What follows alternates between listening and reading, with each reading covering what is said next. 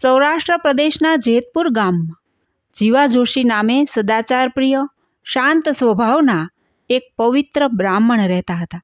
તેઓ મહાપ્રભુ સહજાનંદ સ્વામીના અનન્ય ઉપાસક અને શુદ્ધ આજ્ઞાપાલક નિર્ભય ભક્ત હતા. ઈષ્ટદેવની નાનામાં નાની આજ્ઞાને પણ જીવા જોશી પરમ આદરથી ચીવટપૂર્વક પાળતા અને પોતાના સ્ત્રી પુત્રાદી સર્વ કુટુંબીઓમાં પણ તેમણે સત્સંગના ઊંડા સંસ્કારો સતત કાળજી રાખીને રેડ્યા હતા અને હંમેશા ભગવત કથા વાર્તા સંભળાવીને તેમને સત્સંગની ઉત્તમ દ્રઢતા કરાવી હતી. એમના પત્ની પુતળીબાઈ તથા ગોવર્ધન જોશી અને શિવા જોશી એ 2 પુત્રો તથા પુત્રી કડવીબાઈ આ ચારેયની સમજણ તથા ભક્તિનિષ્ઠા એકબીજાથી વધે તેવા હતા. પોતાના સંબંધમાં આવતા હર કોઈ માણસને ખૂબ પ્રેમપૂર્વક ધર્મનું મહત્વ સમજાવવું એ જીવા જોશીનું ખાસ અંગ હતું.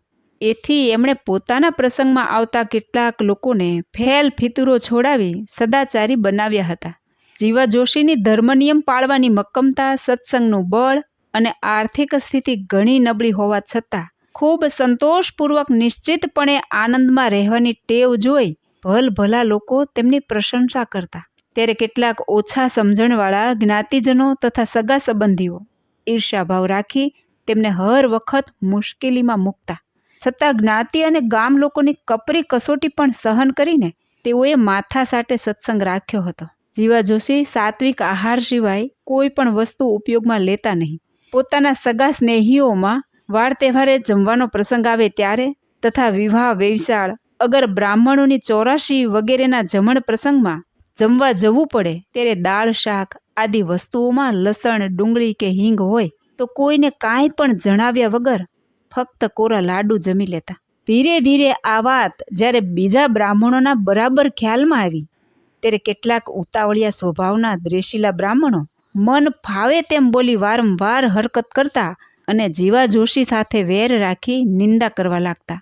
પરંતુ તેઓ તો મૌન રહી શાંતિથી ભજન સ્મરણ કરતા હતા, તેથી તે લોકોનું કંઈ ચાલતું નહીં. એક વખત શ્રીજી મહારાજ જેતપુર પધાર્યા ત્યારે સૌ સત્સંગીઓ દર્શન કરવા આવ્યા. જીવા જોશી પુત્રો સહિત પગે લાગી સભામાં બેઠા. એટલે મહારાજે કહ્યું, જોશી, આ તમારા દીકરા મોટા થઈ ગયા છે, છતાં જનોઈ કેમ નથી આપી? જોશીએ કહ્યું, આર્થિક સ્થિતિ નબળી છે, અત્યારે દેશકાળ પણ અનુકૂળ નથી. મહારાજે તરત જ પૂછ્યું, જોશી, જનોઈ આપવામાં આપણે કેટલું ખર્ચ થાય? ત્યારે તેમણે કહ્યું, જો સાધારણ કરીએ તો 200 કોરી ખર્ચ થાય અને સારું કરીએ તો 500 કોરી બેસે. પછી એ વખતે એક ગુણ બુદ્ધિવાળા વ્યાપારી દર્શન કરવા આવ્યા હતા. તેમને મહારાજે ભલામણ કરી કે અમારે ખાતે માંડીને તમારી દુકાનેથી જે જોઈએ તે 500 કોરી સુધીનો માલ આ જીવા જોશીને આપશો. એટલે તે શેઠે હા કહી. પછી તત્કાળ મુહૂર્ત જોવરાવી બીજે જ દિવસે જનોઈ આપવાનું નક્કી થયું. સાંજે ગોવર્ધન તથા શિવો એ 2 ભાઈને ફૂલેકે ફરવાનો સમય થયો.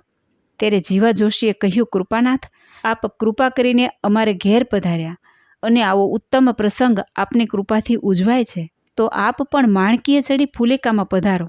ભક્તાધીન પ્રભુએ હા કહી. પછી તો મહારાજની ઘોડી સૌની આગળ રાખી દરેક સત્સંગીઓએ બંને ભાઈનું ફૂલેકું સૌને ઘેર ફેરવ્યું. પ્રથમ તો સૌ મહારાજને પસ ભરાવે અને પછી બંને ભાઈને પસ ભરાવે. એ રીતે ધામધૂમથી પ્રસંગ ઉજવાયો. તેથી જોશી ઘણા ખુશી થયા. પછી બીજે દિવસે મહારાજે 2 ભાઈઓને વિધિપૂર્વક જનોઈ આપી. આ પ્રસંગે સૌ સગા સ્નેહીઓને જમવા માટે નોતરા પ્રથમથી આપ્યા હતા. તે સૌએ કબૂલ રાખ્યા હતા. પરંતુ જમવાનો સમય થયો ત્યારે ઊંડી ઈર્ષાને લીધે કોઈ જમવા આવ્યા નહીં. ત્યારે મહારાજે ન આવવાનું કારણ પૂછ્યું. એટલે કોઈએ કહ્યું કે એક ગ્રંથમાં લખેલ છે કે જે છોકરાને બીજાએ જનોઈ દીધી હોય તે છોકરાના હાથનું શ્રાદ્ધ તેના બાપને ન પહોંચે, પણ જનોઈ દેનારને મળે. ત્યારે મહારાજે કહ્યું, અમને જે મળશે તે આખા જગતને પહોંચી જશે. આ વાત સાંભળી બ્રાહ્મણો ચાલ્યા ગયા, પણ જમવા બેઠા નહીં. પછી રસોઈ તૈયાર હતી તે સાધુ પાળા સત્સંગીઓને જમાડી દીધી અને ગરીબ લોકોને જમાડ્યા. સાંજે પછી જ્યારે સત્સંગીઓની સભા થઈ ત્યારે મહારાજે વાત કરી કે જીવા જોશી બહુ ધર્મનિષ્ઠ ને ભગવદીય બ્રાહ્મણ છે એમ જાણી અમે તેના બંને પુત્રોને જનોઈ આપી. તેમાં 500 કોરીનું ખર્ચ થયું. તે આ શેઠે અમારે ખાતે માંડીને આપ્યું છે હવે અમારે શેઠને વેળાસર પૈસા આપી દેવા પડશે. આ રીતે મહારાજે મર્મથી વાત કરી. એ વખતે કેટલાક ખૂબ સુખી એવા ભક્તજનો બેઠા હતા, પણ કોઈ કંઈ પણ બોલ્યું નહીં. પછી મહારાજ ત્યાંથી બીજા દિવસે ફણેણી ગયા. ત્યાં સભા થઈ. ત્યારે શ્રીજી મહારાજે સભામાં અનેક ભક્તજનો બેઠા હતા તેની આગળ તે જ વાત કરી, પણ આ મર્મને કોઈ સમજી શક્યા નહીં.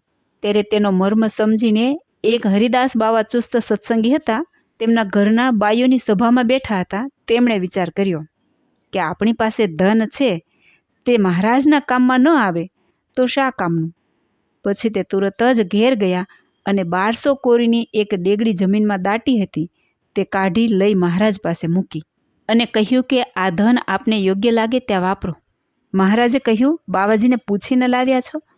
બાઈએ કહ્યું, બાવાજી તો ગામ ગયા છે, પણ એમને પૂછવું પડે તેમ નથી. તેઓ આ સેવાથી બહુ જ રાજી થશે, કારણ કે તે આપના ખરેખરા સેવાભાવી ભક્ત છે. પછી બાઈનો અત્યંત પ્રેમ ભાવ જોઈને મહારાજે 500 કોરી રાખી અને બાકીની પરાણે પાછી દીધી. બાવાજી આવ્યા, ઘણા રાજી થયા અને એમ બોલ્યા કે બધી કોરી સેવામાં રાખી હોત તો આપણું ધન બરાબર લેખે લાગી જાત, પણ જેમ પ્રભુની ઈચ્છા. આખી જિંદગી મુશ્કેલી વેઠીને 1200 કોરીની મરણ મૂડી ભેળી કરી હતી, તે કેટલા ભાવપૂર્વક તત્કાળ પ્રભુને અર્પણ કરી દીધી. આનું નામ હૃદયનો સાચો પ્રેમ. પછી એ કોરીઓ મહારાજે જેતપુર શેઠને મોકલાવી આપી. જય શ્રી સ્વામિનારાયણ.